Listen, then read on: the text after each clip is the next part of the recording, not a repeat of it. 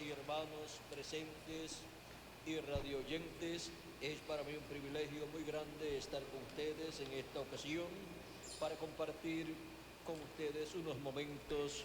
Muito boa noite, amados amigos e irmãos presentes e radiovintes. É para mim um privilégio muito grande estar com vocês nesta ocasião para compartilhar com vocês um momento de companheirismo ao redor da Palavra de Deus e vir através da Escritura aonde nos encontramos no programa divino e que coisa Deus está realizando neste tempo final.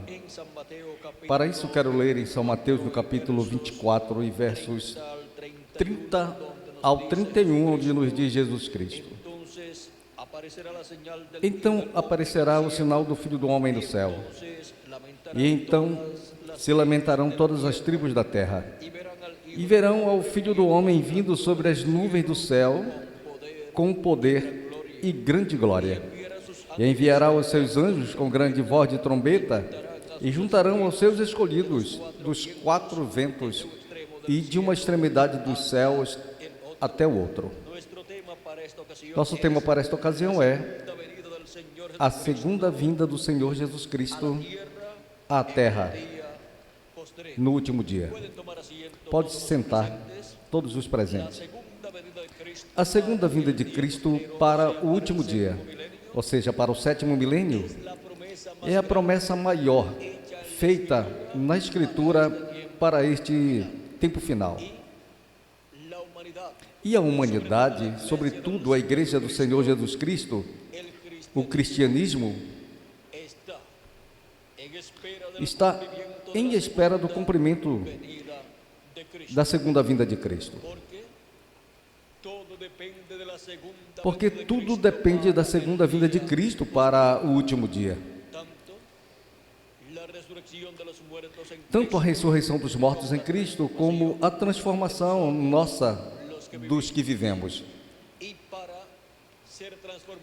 E para sermos transformados, estamos vivos, se requer escutar a trombeta final ou a grande voz de trombeta, que é a voz de Cristo falando-nos e dando-nos sua mensagem do Evangelho do Reino. E é por isso que é tão importante para o cristianismo a segunda vinda de Cristo.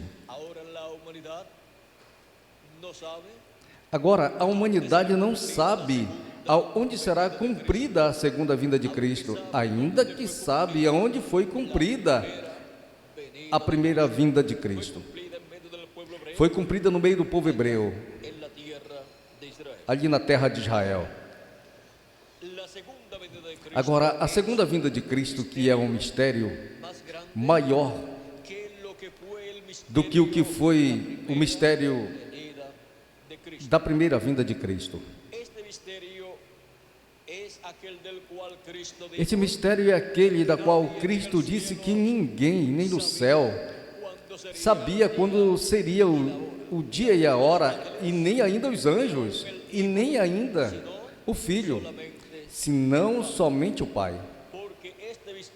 Porque este mistério não podia ser aberto naquele tempo, nem no tempo dos apóstolos, e nem no tempo dos mensageiros das 7 eras ou etapas da igreja gentia.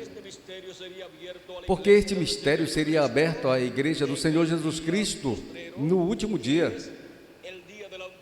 que é o dia diante de Deus correspondente à segunda vinda de Cristo.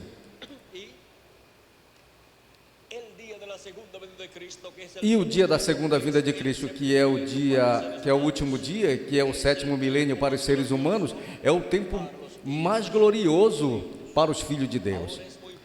Agora, é muito importante entender o que foi a primeira vinda de Cristo. E depois, entender o que é a segunda vinda de Cristo e os benefícios que nos trará Cristo em sua segunda vinda. A primeira vinda de Cristo, conforme as Escrituras, estaria antecedida por um profeta, na qual estaria preparando o caminho ao Senhor. O profeta Isaías, no capítulo 40, falando desse profeta, nos diz, começando no versículo 3 do seu livro, nos diz da seguinte maneira, e quero ler, ele lhes diz: voz do que clama no deserto, preparai o caminho ao Senhor, endireitai calçadas, a soledade ao nosso Deus, todo vale seja levantado, e baixes todo o monte e colado, e seja torcido e endireitado, e áspero se alinhe, e se manifestará a glória do Senhor, e toda a carne juntamente haverá, porque a boca do Senhor tem falado. Voz que dizia, dá vozes, e eu respondi, o que tenho que dizer a vozes? Que toda a carne e erva e toda a sua glória como flor do campo. A erva se seca e a flor murcha, porque o vento do Senhor soprou nela, certamente como a erva é o povo. Seca-se a erva, murcha a flor, mas a palavra de Deus, do Deus nosso, permanece para sempre. Sobe-se a um monte alto, anunciador de Sião, levanta fortemente tua voz, anunciadora de Jerusalém, levanta, não temas, dai-lhe a cidade de Judá, vede aqui ao vosso Deus, eis aqui o que o Senhor virá com poder, e seu braço, eis aqui que a sua recompensa vem com ele, e o seu pagamento diante do seu rosto. Agora em Malaquias capítulo 3, versículo 1 em diante nos diz, Deus por meio do profeta Malaquias, eis aqui eu envio o meu mensageiro, na qual preparará o caminho diante de mim, e virá subitamente ao seu templo, ao Senhor a quem vós buscais, o anjo do pacto, a quem desejais. Eis aqui vem, tem dito o Senhor dos exércitos.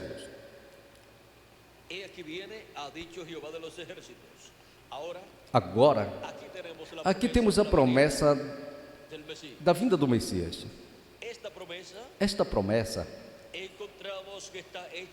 encontramos que está feita desde o Velho Testamento, e que encontramos que desde Gênesis esta promessa foi estabelecida para a raça humana. Quando Deus prometeu a semente da mulher em Gênesis capítulo 3, versículo 15, ali estava falando da vinda do Messias, a qual viria por meio de uma mulher, mas ninguém sabia como e qual e onde viria e de que nação seria essa mulher. Porquanto a Escritura tem sequências, a Escritura, encontramos que, através dos anos, das eras e dispensações, Deus foi dando mais e mais luz com relação a essa promessa. Até que chegamos ao profeta Isaías, no capítulo 7, versículo 14, onde nos dá muita luz acerca do filho dessa mulher e da qual falou Deus em Gênesis. E nos diz assim: portanto, o mesmo Senhor vos dará um sinal. Eis aqui que a Virgem conceberá e dará à luz a um filho, e chamará o seu nome Emanuel. Emanuel significa Deus conosco. Aqui nos mostra que o filho da Virgem será Deus conosco, Deus com os seres humanos. Será a encarnação de Deus. Será Deus vestido de um véu de carne, como também através do profeta Malaquias nos diz. E virá subitamente ao seu templo o Senhor. E quem é o que virá? O Senhor, o Deus de Abraão, de Isaque e de Jacó e de todo ser humano.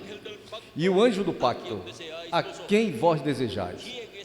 Quem é o que viria? Ou virá? O Senhor, o anjo do pacto, a qual havia aparecido a Abraão, a Isaque e a Jacó. E havia aparecido também a Moisés, e a Moisés disse: Eu sou o Deus de Abraão, de Isaque e de Jacó. E quem disse assim a Moisés? O anjo do Senhor. Porque o anjo do Senhor é o mesmo Senhor, o mesmo Deus vestido de um corpo teofânico, e vestido de seu corpo teofânico é conhecido como o anjo do Senhor.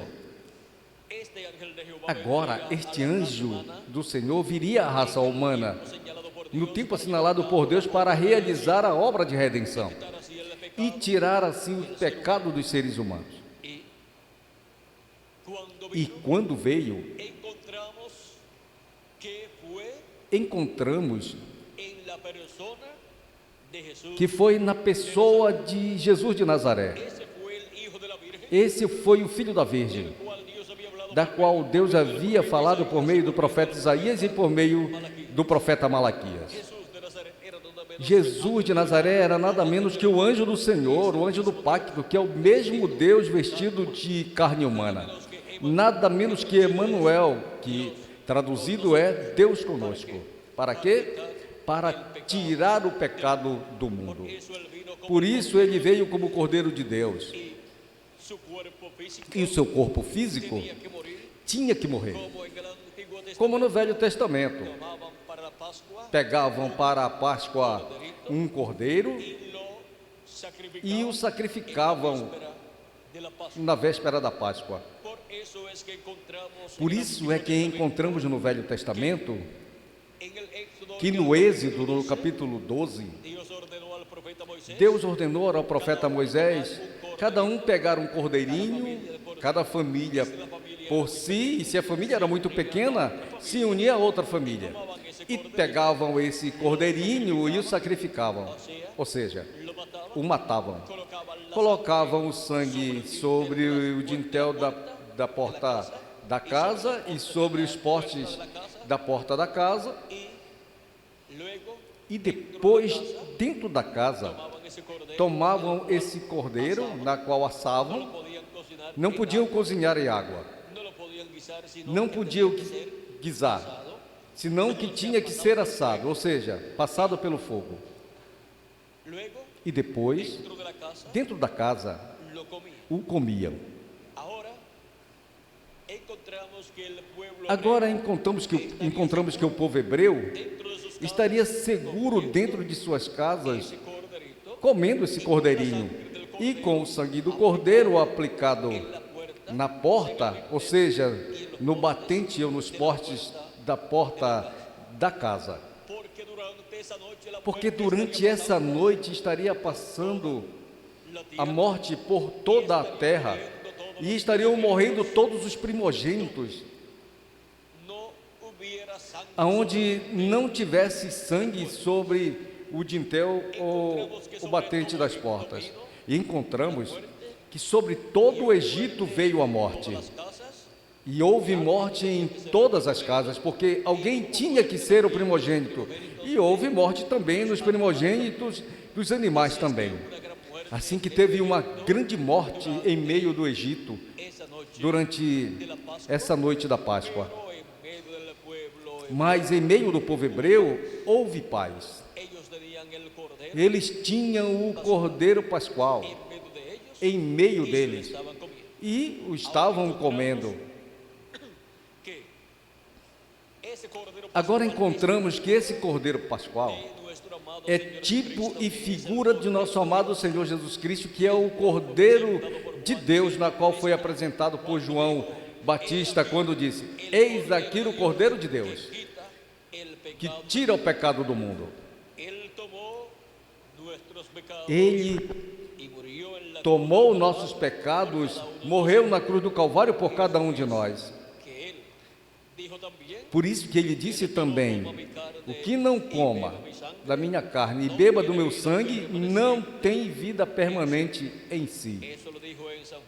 E isso ele falou em São João, no capítulo 6. E versos, vamos ver aqui. Versos 53 em diante que diz. Vamos ver aqui. Vamos começar um pouquinho antes para que tenhamos o quadro claro que diz.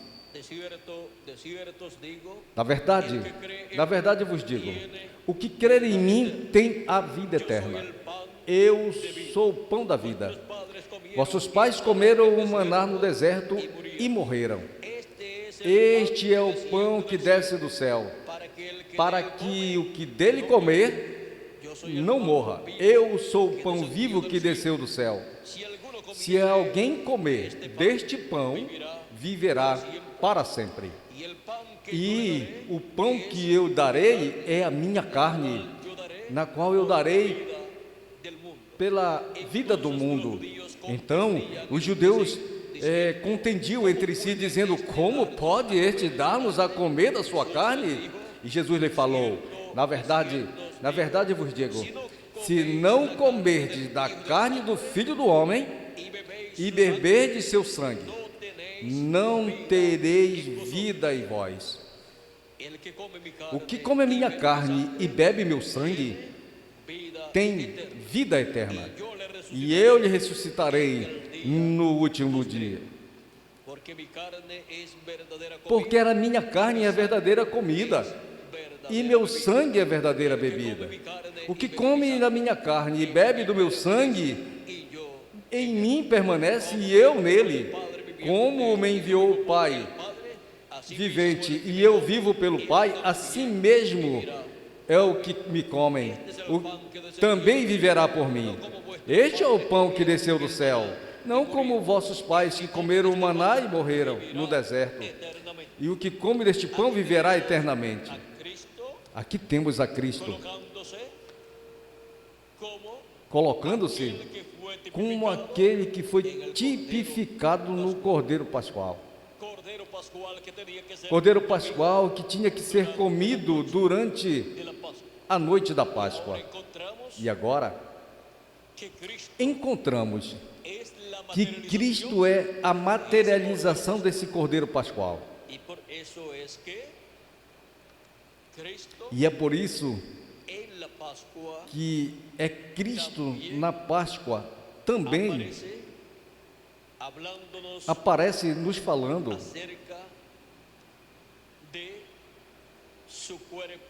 acerca do seu corpo, ou seja, da sua carne e do seu sangue, ali na última ceia, aonde ele nos disse, no capítulo 26, versículo 26 ao 29, diz: e enquanto comiam, tomou Jesus o pão e abençoou, e o partiu e deu aos seus discípulos e disse: tomai, comei, isto é o meu corpo. E pegando a taça e bebendo, e havendo dado graças, lhe deu, dizendo: bebei dela todos, porque este é o meu sangue do novo pacto, que por muitos é derramado para perdão ou remissão dos pecados. Agora podemos ver que na Santa Ceia, nesta última ceia, Cristo está representando o seu corpo, ou seja, a sua carne, no pão, e o seu sangue no vinho. O vinho é o tipo e figura do sangue de Cristo, e o pão é tipo e figura do corpo, ou seja, a carne de Jesus Cristo. Aqui podemos ver como Cristo lhe deu a seus discípulos pão e vinho, tipo e figura de si mesmo, na qual ele na cruz do Calvário realizou, morrendo na cruz do Calvário para nos dar da sua carne e do seu sangue, para perdão de nossos pecados. E depois encontramos que na cruz do Calvário se materializou o que estava em tipo e figura no Cordeiro Pascual do Velho Testamento, para depois se efetuar a saída do povo hebreu da escravidão no Egito. conforme como a Deus havia prometido ao profeta e patriarca Abraão, a qual cumpriu por meio de Moisés, o profeta da dispensação da lei. E agora,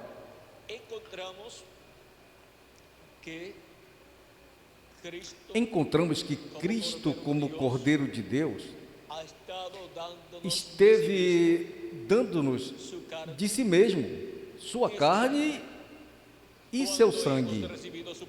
Quando temos recebido a sua palavra e temos recebido o seu Espírito Santo. E assim é como se tem feito efetivo o sacrifício de Cristo na cruz do Calvário, na vida de cada um de nós. E agora, tem se transcorrido aproximadamente 2000 anos, tipificado nesse tempo na noite. Pois durante a noite é que aparece a lua e aparecem também as estrelas. E por isso a igreja do Senhor Jesus Cristo foi tipificada na lua, passando por 7 etapas, durante as 7 eras da igreja gentia. E os mensageiros foram representados nessas 7 estrelas, nas quais são 7 anjos mensageiros das 7 eras da igreja gentia. Todo esse trabalho representado na lua e nas estrelas e na noite pertence a esses 2000 anos que transcorreram. E depois, para o tempo da manhã, é que todos os filhos e filhas de Deus sairemos livres. Os mortos em Cristo ressuscitarão e nós, os que vivemos, seremos transformados e estaremos livres. Será essa liberdade gloriosa dos filhos de Deus, da qual nos fala o apóstolo São Paulo em Romanos capítulo 8 e versos 14 em diante, onde ele nos fala: porque todos que são guiados pelo Espírito de Deus, estes são os filhos de Deus. Essas pessoas são as que têm crido em Cristo como seu Salvador e têm recebido o seu Espírito Santo e são guiados pelo Espírito Santo. Porque não haver recebido o espírito de escravidão para estar outra vez em temor, senão que haver recebido o espírito de adoção, pela qual clamamos: Abba, Pai. O mesmo Espírito dá testemunho de que a nossos espíritos de que somos filhos de Deus. E se filhos, também herdeiros, herdeiros de Deus e co-herdeiros com Cristo, se é que padecemos juntamente com Ele, para que juntamente com Ele sejamos glorificados. Pois tenho por certo que as aflições do tempo presente não são para se comparar com a glória vindoura que em nós há de se manifestar. Porque o desejo ardente da criação é aguardar a manifestação dos filhos de Deus. Esta manifestação dos filhos de Deus será em corpos eternos e com um espírito teofânico eterno dentro desse corpo. E isso também é chamado a plenitude do Espírito Santo em cada um dos filhos de Deus. Porque com a plenitude do Espírito Santo é que nós obteremos o corpo eterno que Ele nos tem prometido. E segue dizendo: porque toda a criação foi sujeita à vaidade, não por sua própria vontade, senão por causa daquele que a sujeitou à esperança. Porque também a própria criação será libertada da escravidão da corrupção para a liberdade gloriosa dos filhos de Deus. Porque sabemos que toda a criação geme a uma está com dores de parto até agora. Não somente ela, senão também nós mesmos, que temos as primícias do Espírito, nós também gememos dentro de nós mesmos, esperando a adoção, a redenção do nosso corpo. E o que é a adoção para os filhos e filhas de Deus? É a redenção dos nossos corpos, é a transformação dos nossos corpos. Para nós, os que vivemos, e para os mortos em Cristo, é a ressurreição deles em corpos eternos. E assim é como seremos nós libertados no último dia, recebendo um corpo eterno e glorioso, para ser a imagem e semelhança de nosso amado Senhor Jesus Cristo. E assim é como os filhos e filhas de Deus serão restaurados à vida eterna, para viverem em corpo eterno e ter também tudo o que perdeu Adão e Eva na queda. Adão e Eva perderam o título de propriedade, perderam também o direito à vida eterna e perderam também o corpo eterno, pois perderam a oportunidade de viver no corpo que Deus lhe deu por toda a eternidade. Eles perderam essa bênção. Mas agora, para o último dia, para o tempo final, o 7º milênio, seriam restauradas todas as coisas aos filhos e filhas de Deus. Os filhos e filhas de Deus são os membros do corpo místico de Cristo, os redimidos com o sangue de Cristo, ou de Jesus Cristo, os que estão escritos no livro da vida do Cordeiro desde antes da fundação do mundo. E como nos falou São Paulo em sua carta aos Hebreus, no capítulo 12, e versos 20 em diante, ele nos fala acerca dos eleitos ou primogênitos de Deus, e nos diz que estão escritos no céu, e diz: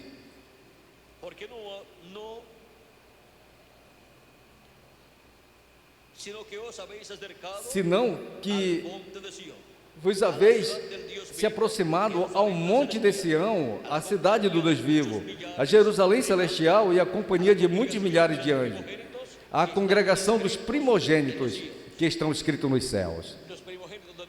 Os primogênitos de Deus, que são os escolhidos de Deus, os filhos e filhas de Deus, tipificados no trigo, têm os seus nomes escritos no céu, no livro da vida do Cordeiro. E por eles Cristo morreu na cruz do Calvário. Agora podemos ver que essas pessoas, no tempo que lhes toca viver aqui na terra, escutam a pregação do Evangelho e creem em Jesus Cristo como seu Salvador, e o recebem como seu Salvador, e recebem também o Espírito de Jesus Cristo. E assim é como o que foi representado no Cordeiro Pascual se converte em uma realidade na vida de cada primogênito de Deus, de cada escolhido de Deus. E assim é como, de era em era, veio se formando a igreja do Senhor Jesus Cristo à medida que têm sido chamados e juntados no corpo místico do Senhor Jesus Cristo. E para o último dia, esses primogênitos escritos no céu, no livro da vida do Cordeiro, têm a promessa de uma libertação, ou seja, tem a promessa de uma saída, um êxodo, como aconteceu no tempo de Moisés. Aquela saída ou aquele êxodo é tipo e figura do êxodo do último dia, do êxodo para voltar à terra prometida, do novo corpo que Deus tem prometido para cada filho e filha de Deus, para que assim todas as coisas sejam restauradas aos escolhidos de Deus, aos filhos e filhas de Deus.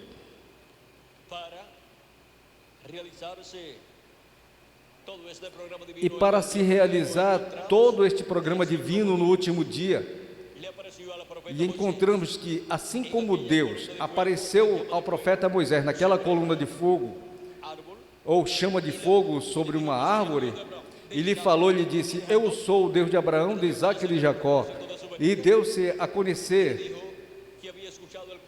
o propósito da sua vinda, e disse que havia escutado o clamor do seu povo Israel e havia descido para livrá-los, para libertá-los, e disse a Moisés: vê,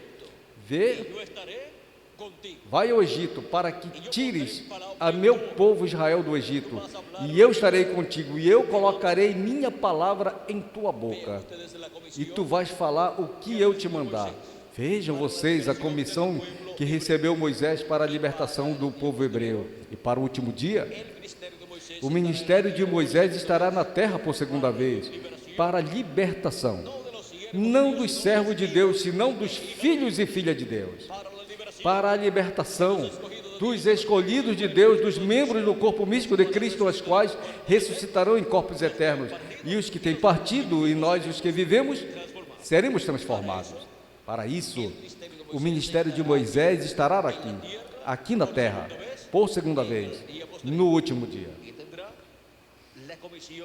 E terá a comissão de trazer a mensagem do Evangelho do Reino para a libertação dos filhos e filhas de Deus.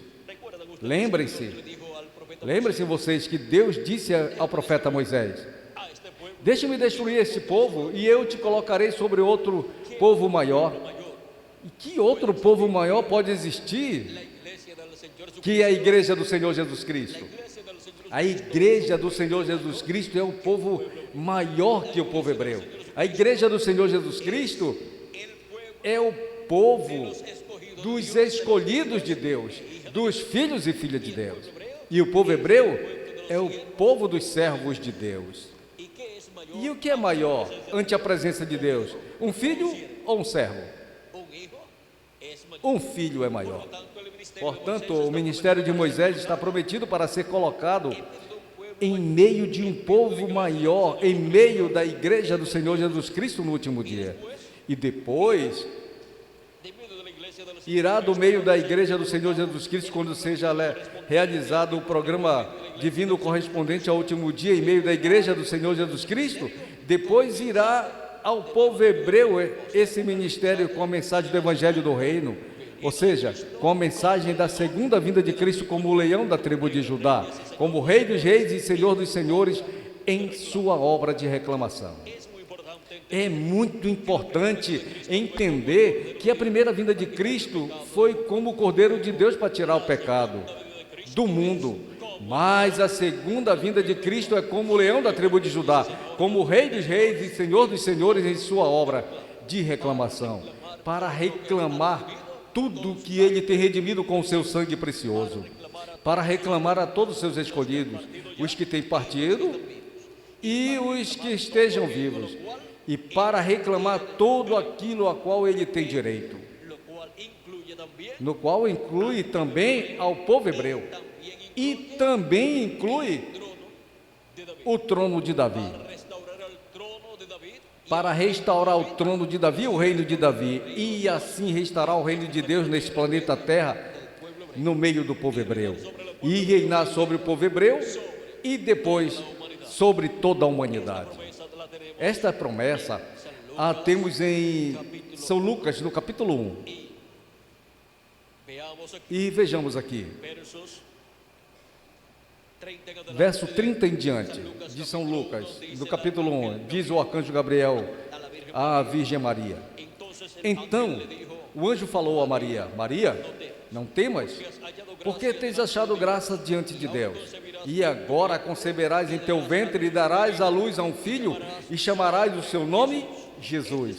Este será grande e será chamado o Filho do Altíssimo.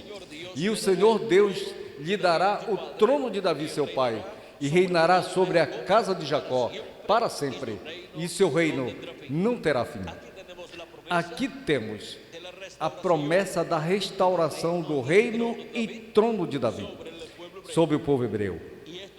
E isto será por meio de Jesus Cristo, a qual para a sua segunda vinda restaurará o trono e o reino de Davi. E assim será restaurado o reino de Deus nesse planeta Terra, em meio do povo hebreu.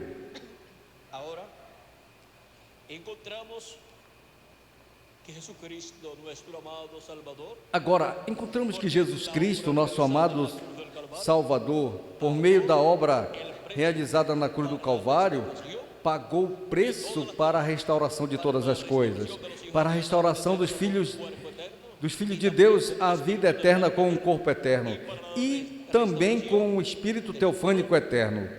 e para a restauração do trono de Davi e do reino de Davi sobre o povo hebreu e sobre o planeta Terra completo. Porque como filho de Davi, Cristo obtém o direito do trono de Davi para se sentar no trono de Davi como Rei dos Reis e Senhor dos Senhores. E com ele se sentará em seu trono o vencedor. Diz Apocalipse capítulo 3, do verso 21. Ao que vencer, eu lhe darei que se sente comigo em meu trono, assim como eu tenho vencido e tenho me sentado com meu Pai em seu trono. Para o último dia, para o tempo da vinda do Filho do Homem, para o tempo da vinda de Cristo, estará o vencedor, o servo fiel e prudente, dando alimento a tempo aos escolhidos de Deus, ou seja, aos membros do corpo místico de Cristo. E onde estará? Na casa de Deus, na igreja do Senhor Jesus Cristo. Estará dando o alimento espiritual da segunda vinda de Cristo como o leão da tribo de Judá, como Rei dos Reis e Senhor dos Senhores, em sua obra de reclamação. Esse é o alimento espiritual para todos os filhos e filhas de Deus que estarão vivendo neste último dia. Ou seja, que a mensagem para os filhos e filhas de Deus é a segunda vinda de Cristo como leão da tribo de Judá. Porque na segunda vinda de Cristo descansa todo o programa divino correspondente para o último dia. Assim que podemos ver que para este último dia na qual estamos vivendo, tem grandes promessas, tem grandes profecias que têm que ser cumpridas. E à medida que vão sendo cumpridas e vão se realizando, o programa de Deus correspondente a este último dia. E sendo que estamos vivendo no último dia, no 7º milênio, e se lhe acrescentarmos ao calendário os anos de atraso que tem, temos então que entender que estas promessas proféticas correspondentes ao último dia. Porque do que vale uma pessoa viver no tempo do cumprimento das promessas divinas se não as podem ver e nem as podem entender? De que lhes valeu aos que viveram nos dias de Jesus, viver no dia de Jesus e não ver, não entender a primeira vinda de Cristo? Não ver que aquele jovem chamado Jesus de Nazaré era o Messias, o Rei de Israel. Aos que não puderam ver como o Rei de Israel, como o Messias, como o Cristo, de nada lhe serviu viver nesta terra em um tempo tão glorioso como no tempo da primeira vinda de Cristo. Assim é para o nosso tempo. De nada lhe serve a uma pessoa viver neste tempo tão glorioso se não pode ver o cumprimento de cada uma dessas promessas divinas correspondente a este tempo final. E de nada lhe servirá a muitas pessoas viver no último dia, se não pode ver no último dia o cumprimento da segunda vinda de Cristo como o leão da tribo de Judá, como o Rei dos Reis e Senhor dos Senhores em sua obra de reclamação. Há algumas pessoas que não se dão conta que a primeira vinda de Cristo esteve sobre a terra cumprida por 33 anos, e em 33 anos encontramos que somente um grupo pequeno se deu conta do cumprimento da primeira vinda de Cristo.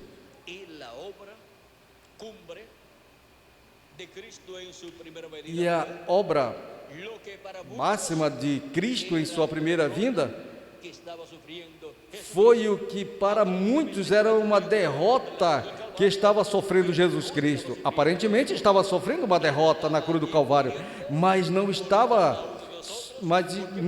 sofrendo uma derrota. Ele estava ali morrendo por cada um de nós, porque havia tomado nossos pecados e por isso se fez mortal, para que cada um de nós possamos viver eternamente. E todos pensavam que já se havia terminado tudo quando morreu Jesus Cristo, mas ele morreu na sexta-feira. Ele morreu na véspera da Páscoa e depois esteve no sepulcro durante a noite de sexta e durante a noite do sábado, mas já no domingo pela manhã o encontramos ressuscitado. E durante o tempo em que esteve o seu corpo na tumba ou no sepulcro, ele passou ao inferno, aonde tinha que ir cada um dos seres humanos, cada um de nós, tínhamos que ir ao inferno por causa dos nossos pecados, mas como ele pegou ou tomou os nossos pecados, pois lhe tocou a ele ir ao inferno, e ali ele pregou as almas encarceradas, que foram desobedientes no tempo de Noé. E nos diz o apóstolo São Pedro, em sua primeira carta, que vamos ver, para que tenhamos o quadro claro dessas coisas das quais estamos falando. Nos diz no capítulo 3 de 1 de Pedro, versículo 18 em diante, que diz: porque também Cristo padeceu uma só vez pelos pecados, o justo pelos injustos, para levar-nos a Deus, sendo na verdade morto na carne, mas vivificado no Espírito. Ou seja, o que morreu foi o corpo de carne, mas Cristo em si, o seu Espírito, não morreu, nem sua alma tampouco. Mas diz: na qual também foi e pregou aos espíritos encarcerados. Foi o quê? Ele foi em espírito em seu corpo teofânico e lhes pregou às almas encarceradas.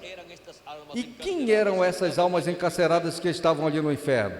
E diz: os que em outro tempo foram desobedientes, quando uma vez esperava a paciência de Deus nos dias de Noé, enquanto se preparava a arca, e na qual poucas pessoas, quer dizer, 8, foram salvas pela água. E encontramos que no tempo de Noé, aquela geração havia chegado ao seu final. Ali estava presente um profeta dispensacional com a revelação divina das coisas que iam acontecer àquela geração. Lhes deu a conhecer que aquela geração seria destruída com um dilúvio. O juízo divino viria em uma forma de um dilúvio e destruiria a raça humana. Mas Deus deu a conhecer a Noé uma forma para escapar do juízo divino que viria. E a Enoque, Deus o levou antes de vir o juízo divino do dilúvio. O levou para não ver morte, tipo e figura dos escolhidos que serão transformados e raptados antes de começar o juízo divino da grande tribulação. Agora, para o tempo de Noé, houve muitas religiões, houve muitas formas de crer em Deus, e houve muitas pessoas, muitos religiosos, muito boas, mas a revelação divina do programa de Deus a tinha o profeta Noé, e não importava a forma que tivesse uma pessoa, se não era a forma correta, a qual era de acordo à forma em que Noé cria em Deus e adorava a Deus e servia a Deus, e cria em Deus. Toda outra forma estava errada, equivocada, e o juízo do dilúvio que o destruiu, aos que não criam como Noé, dava testemunho de que estavam errados.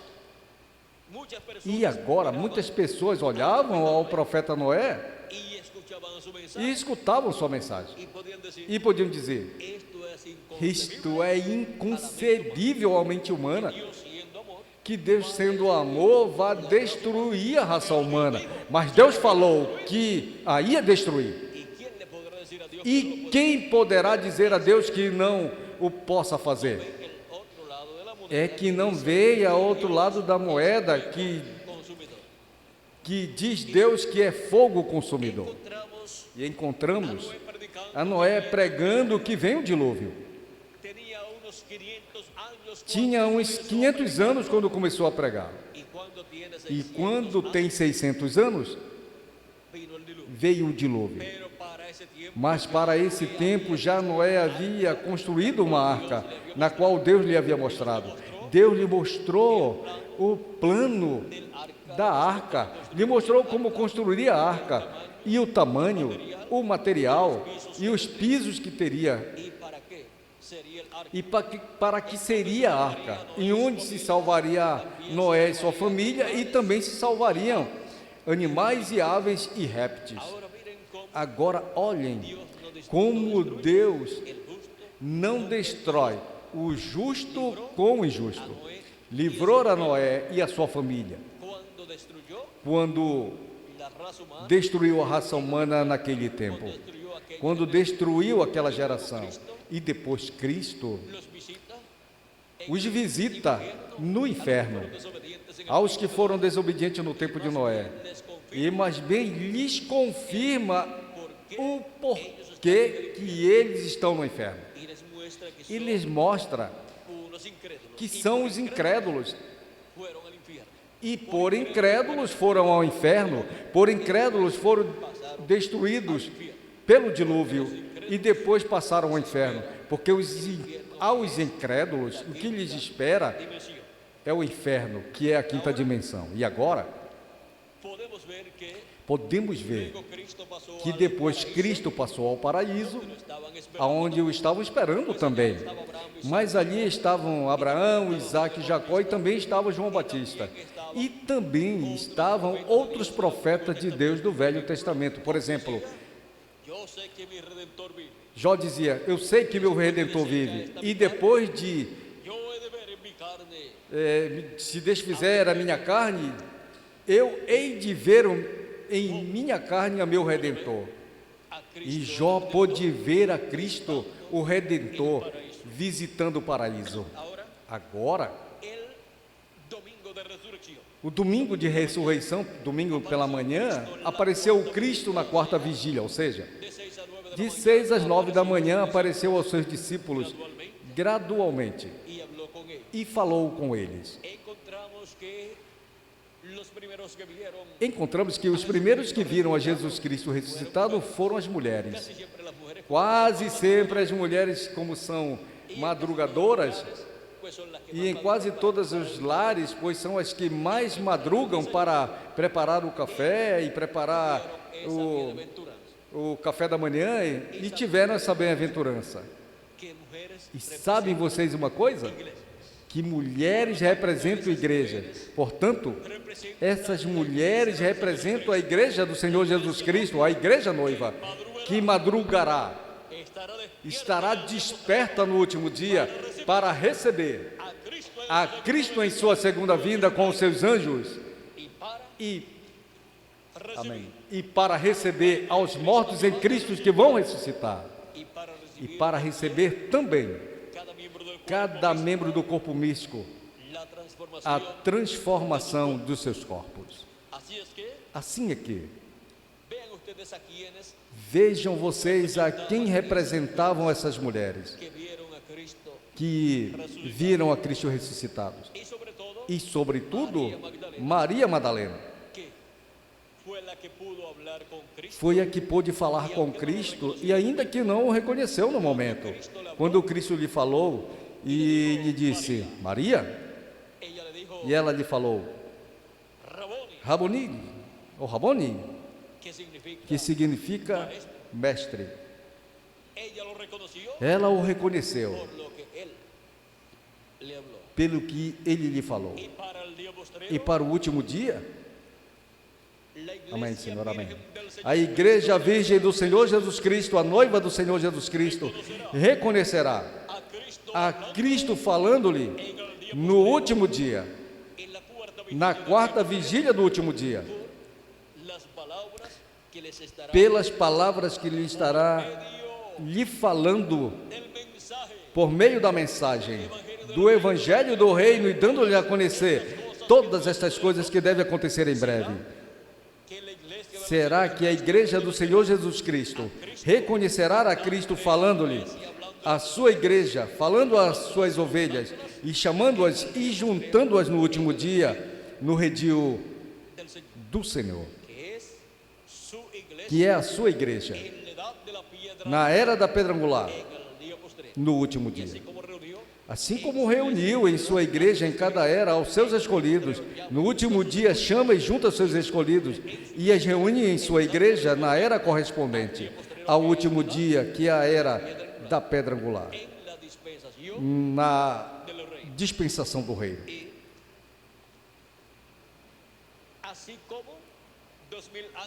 Assim como 2000 anos atrás estava a raça humana na etapa da primeira vinda de Cristo, no último dia a raça humana estará na etapa da segunda vinda de Cristo.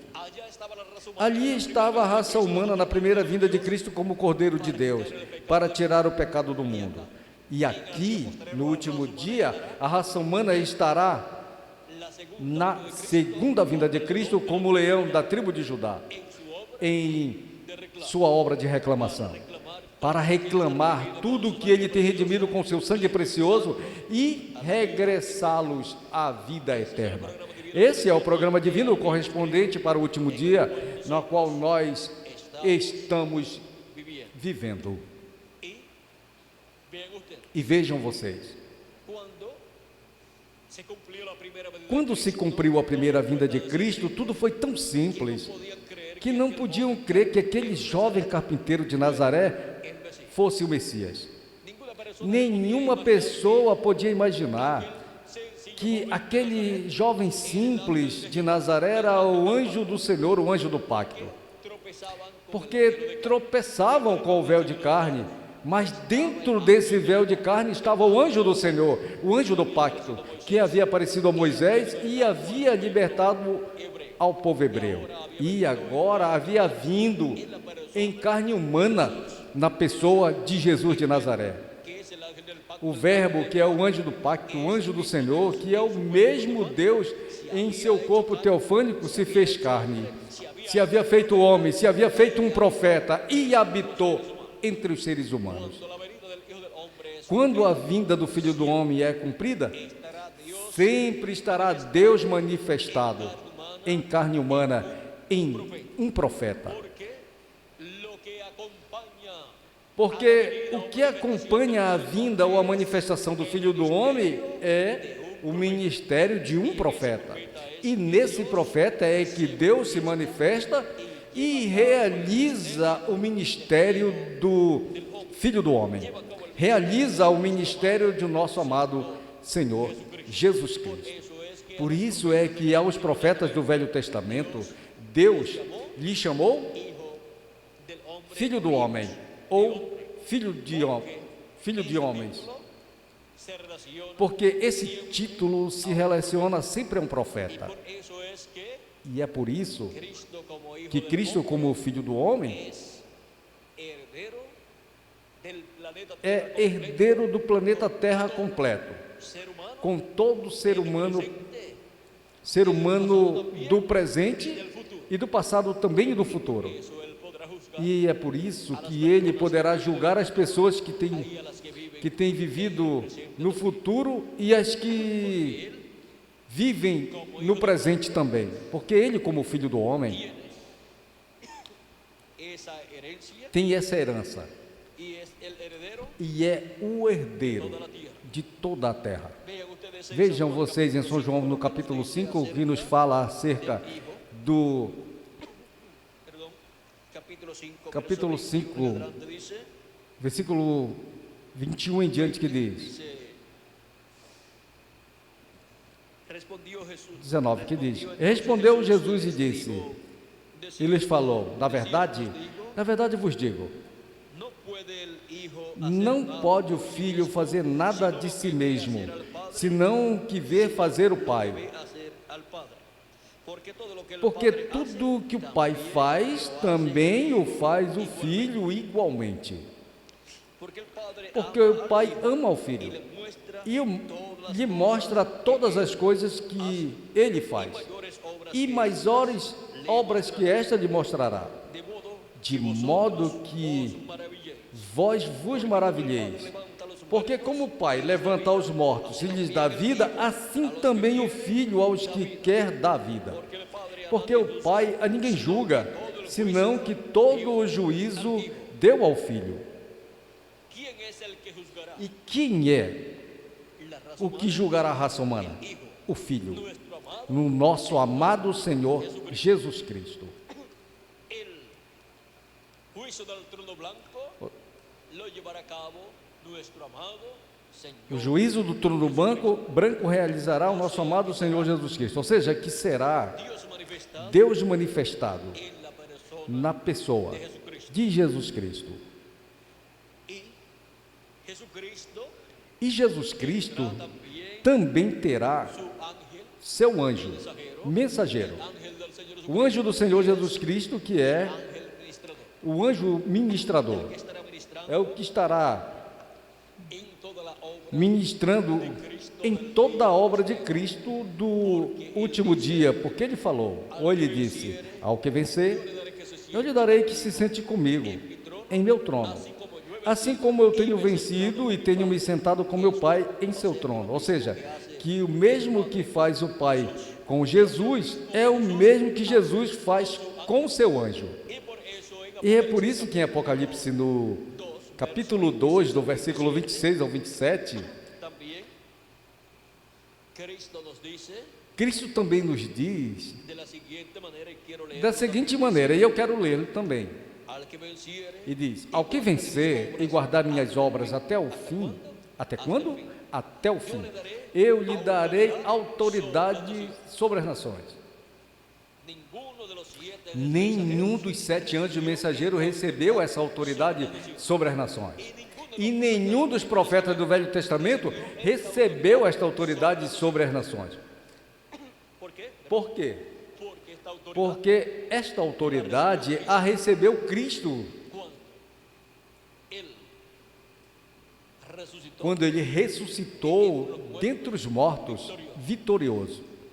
y luego E depois, Él dice ele que falou ou dará disse que esta autoridad, dará esta autoridade ao vencedor. y encontramos que ni en el Antiguo E Testamento encontramos que nem no Velho Testamento e nem no Novo Testamento, nenhum profeta de Deus teve esta autoridade sobre todas as nações. uno de ellos Cada um deles teve autoridade temporária ou parcial algunas naciones, sobre algumas nações. pero Mas, para el día postrero para o último dia, encontramos en el capítulo encontramos que no capítulo 11 de Apocalipse, y verso 13 en e adelante, verso 3 em diante, onde nos diz: y daré a mis dos E darei as minhas 2 testemunhas que profetizem por 1260 dias vestidos de sacos. testigos son Estas 2 testemunhas são as 2 oliveiras e os 2 candeeiros que estão em pé diante do Deus de toda a terra. E se alguém quiser fazer-lhes danos, sairá fogo sale fuego de la boca de ellos da boca deles e devorará os seus inimigos. E se alguém quiser fazer-lhes dano, deve morrer ele da mesma maneira. Este tem poder para fechar os céus, a fim de que não chova nos dias das suas profecias, e tem poder sobre as águas para convertê-las em sangue, e para ferir a terra com toda praga, quantas vezes quiser. los 3 años y E isto será durante os 3 anos e meio da grande tribulação, aonde o juízo divino cairá sobre a terra. E estes ministérios das 2 oliveiras, que são os ministérios de Moisés e Elias, ese poder, terão esse poder. esos ministerios estarán E esses ministérios estarão no vencedor, que é o servo fiel e prudente, que é o anjo do Senhor Jesus Cristo. a través E através de ministerios desses ministérios manifestados no anjo do Senhor Jesus Cristo, será manifestado todo esse poder divino, en el cumplimiento no cumprimento da promessa de Deus para o último dia. E é por isso que toda promessa divina correspondente ao último dia será cumprida por meio do ministério correspondente ao último dia, que é o ministério do Espírito Santo através de seu anjo mensageiro, e onde toda a Escritura deve ser cumprida. ahora Agora, continuemos leyendo en continuaremos lendo em Apocalipse no capítulo 2, onde nos diz da seguinte maneira, verso 20, 27 versos 27, que é a continuação que diz: E as regerá com vara de ferro, e serão quebrantados como vaso de oleiro, como eu tenho, la misma autoridad que recibió del Padre Jesucristo, como a tenho recebido de meu Pai. Veio? A mesma autoridade que recebeu o Pai, Jesus Cristo, agora dá ao vencedor, e o vencedor no último dia, no tempo do fim, já temos visto que é o servo fiel e prudente, o anjo do Senhor Jesus Cristo, e diz: E lhe darei a estrela resplandecente da manhã. E o que é a estrela resplandecente da manhã? Porque se vai dar ao vencedor. E Apocalipse capítulo 22, versículo 16 nos diz: eu sou a raiz e a linhagem de Davi, a estrela resplandecente da manhã. E o que significa isso? Que a segunda vinda de Cristo, vejam vocês, vai receber o vencedor. Nenhum dos 7 anjos mensageiros das 7 eras passadas recebeu a segunda vinda de Cristo, porque não era o tempo para o cumprimento da segunda vinda de Cristo, mas para o último dia, que é o tempo para a segunda vinda de Cristo, na qual será recebida pelo anjo do Senhor Jesus Cristo. E o grupo que haverá de escolhido no último dia receberá a bênção do último dia e escutará a mensagem de Jesus Cristo através de seu anjo mensageiro, a mensagem da segunda vinda de Cristo, para dar seja bem-vindo a Cristo em sua segunda vinda, como o anjo do Senhor Jesus Cristo também lhe dará no último dia. Assim que podemos ver estas promessas divinas e como seriam cumpridas no último dia. Temos visto que nós estamos vivendo no tempo maior e mais glorioso de todos os tempos. Estamos vivendo no tempo prometido na Escritura como o último dia, que é o tempo para a segunda vinda do Senhor Jesus Cristo à terra, conforme as profecias. Vamos ver quanto tempo nos resta, Miguel, para ver quanto mais lhe podemos dar por aqui, da Escritura. Nos restam alguns minutos, para que assim os amigos radiovintes possam continuar escutando e entendendo essas profecias bíblicas correspondentes a este tempo final, na qual nós estamos vivendo. Vejam vocês, como para o último dia, as pessoas estariam vivendo no tempo da vinda do Filho do Homem. E vejam, aqui em São Mateus, no capítulo 24,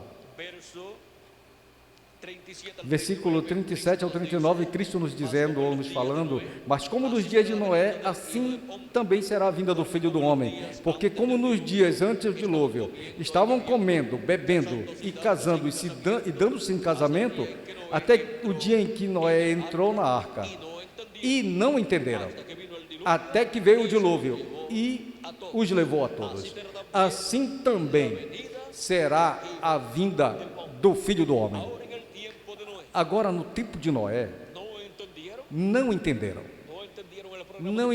o programa divino que estava se realizando, não entenderam que Deus teria na terra um profeta dispensacional, não entenderam que essa dispensação estava começando, a dispensação do governo humano, porque a dispensação da inocência estava chegando ao seu final, e todo tempo que chega ao seu final uma dispensação, tem que cair um juízo divino, e sempre uma dispensação chega ao seu final, um juízo divino tem que cair sobre a terra, mas sempre uma nova dispensação começa e se entrelaça, e os que hão de escapar passam a nova dispensação por meio do chamado de Deus, através desse profeta dispensacional que Deus envia. E Noé, sendo o profeta da dispensação do governo humano, tinha mensagem para essa nova dispensação e a forma de escapar dos juízos divinos que viriam para esse tempo. Mas as pessoas que viviam naquele tempo não entendiam, não compreendia o programa divino, não compreendeu as escrituras, as profecias correspondentes àquele tempo, e não puderam compreender que aquela geração havia chegado ao seu final, mas compreendeu o profeta Noé e os que estavam com o profeta Noé. Destas coisas também havia pregado o profeta Enoque, e havia pregado também os profetas anteriores, como Matusalém, e também como Lameque, o pai de Noé.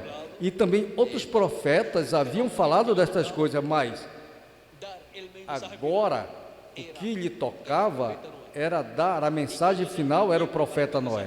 E quando se chega ao tempo para a mensagem final, muitas pessoas não podem crer, porque não podem entender essas coisas que devem acontecer nesse tempo. Assim que o profeta Noé era o profeta que estava dando a conhecer essas coisas que deviam acontecer naquele tempo. E somente 8 pessoas, contando com Noé, entenderam, creram e receberam essa mensagem. Os demais não puderam compreender e entender, portanto não puderam crer. Mas ainda que a maioria não entendeu e não creu, e somente 8 pessoas creram e entenderam, com tudo isso veio o dilúvio e levou a todos os incrédulos, nas quais não haviam entendido. E salvou a 8 pessoas e nada mais. Agora pensem nisso. De uma geração de milhares ou milhões de pessoas, somente 8 pessoas se salvaram. E agora, Cristo nos diz que a vinda do Filho do Homem será como dos dias de Noé, que não entenderam. E que não entenderão no último dia? Pois a vinda do Filho do Homem, não entenderão o ministério da vinda do Filho do Homem com seus anjos, velado e revelado em seu anjo mensageiro. Assim como não entenderam a manifestação de Deus em um homem, no profeta Noé, naquele tempo. Para aquele tempo, havia também aparecido, um pouco antes do dilúvio, havia aparecido o cometa que na atualidade está passando. E que já faz uns 2 anos e meio, mais ou menos, sendo visto. Ao princípio, em 95, foi que começou a ser visto por meio de telescópios. E depois, à medida que tem ido se aproximando, até assim tem sido visto o simples à vista, nos dias que se pode ver a simples vista, mas depois se afastará. E as últimas olhadas que poderão dar será por meio de binóculos e por meio de telescópios, mas sua mensagem estará já sendo dada na terra.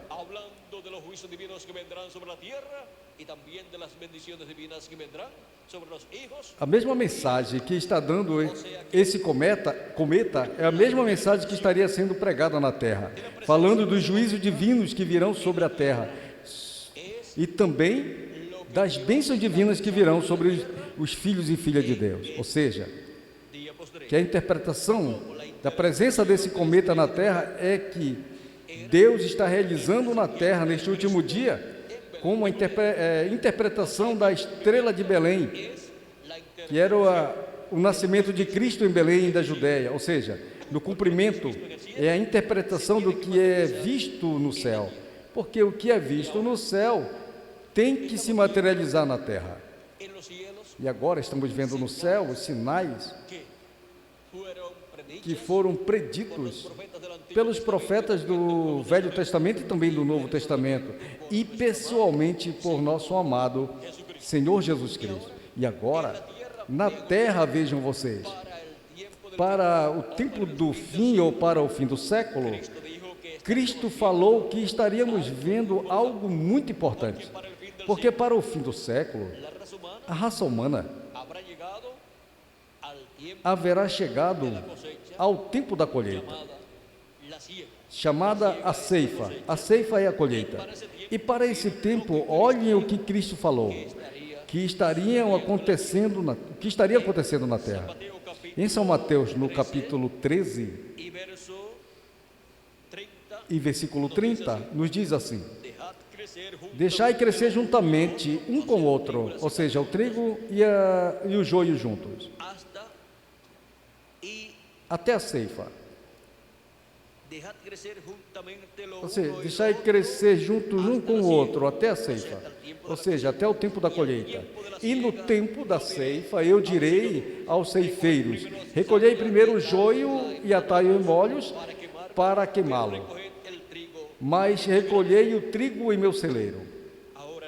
Agora o trigo são os filhos e filhas do reino, o joio são os filhos do mal.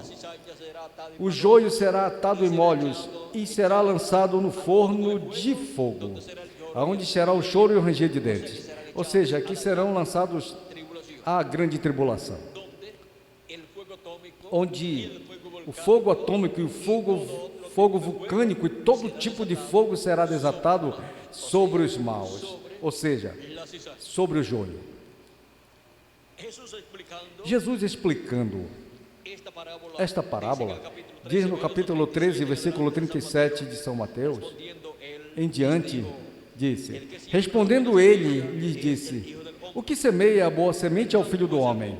O campo é o mundo, a boa semente são os filhos do reino, e o joio são os filhos do mal. O inimigo que o semeou, ou seja, o semeou o joio, é o diabo. A ceifa é o fim do século, e os ceifeiros são os anjos. De maneira que, como se arranca o joio e queima no fogo, assim será no fim deste século. Enviará os seus anjos, enviará o Filho do Homem com seus anjos. E para que tempo enviará os seus anjos? Para o tempo da ceifa, da colheita. Para quê? Para recolher o trigo no celeiro e o joio lançá-lo ao forno de fogo. E o joio será lançado ao forno de fogo, e diz: de maneira que, como se arranca o joio e se queima no fogo, assim será no fim do século.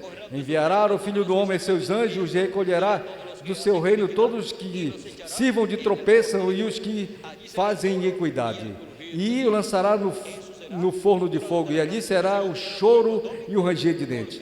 E isso será durante a grande tribulação, que o fogo atômico, vulcânico e todo esse tipo de fogo queimará o joio, e assim será o choro e o ranger de dentes.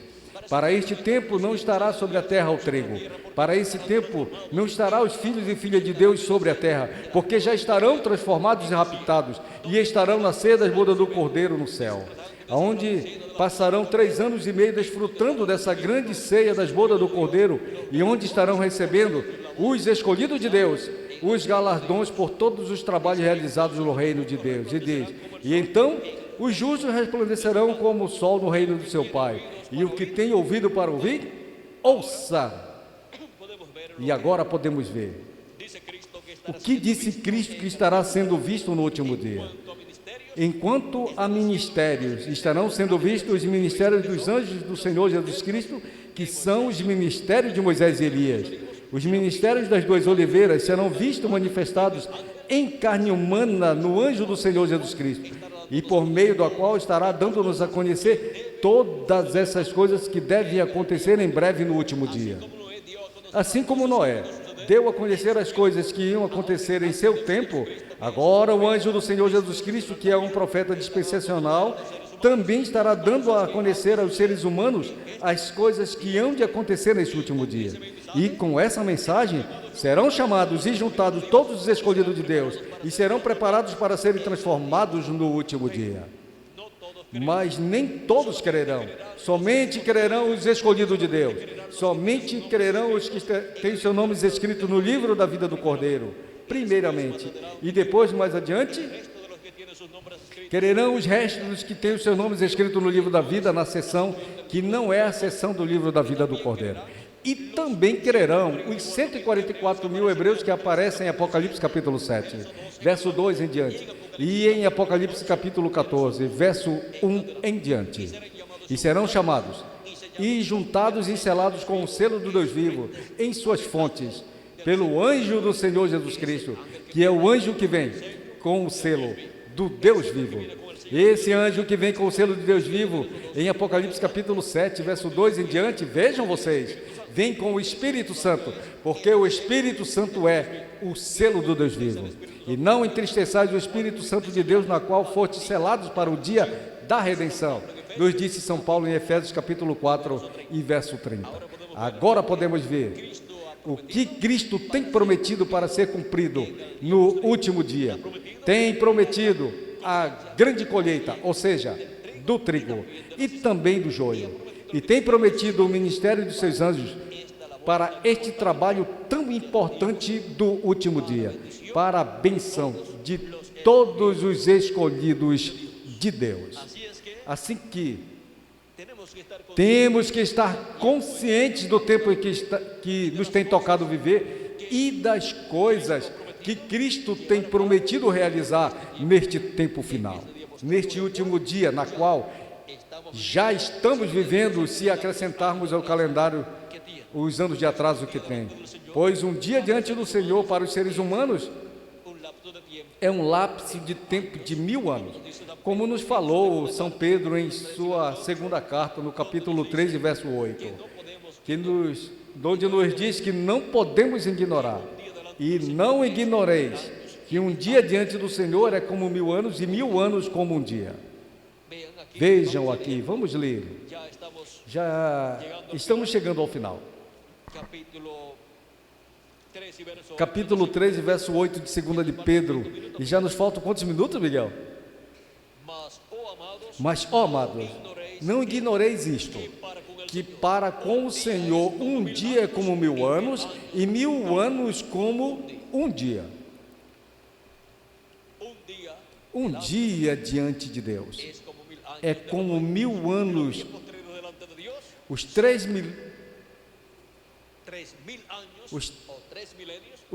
milênios, quinto milênio, sexto milênio e sétimo milênio, e o último dia diante de Deus é o sétimo milênio.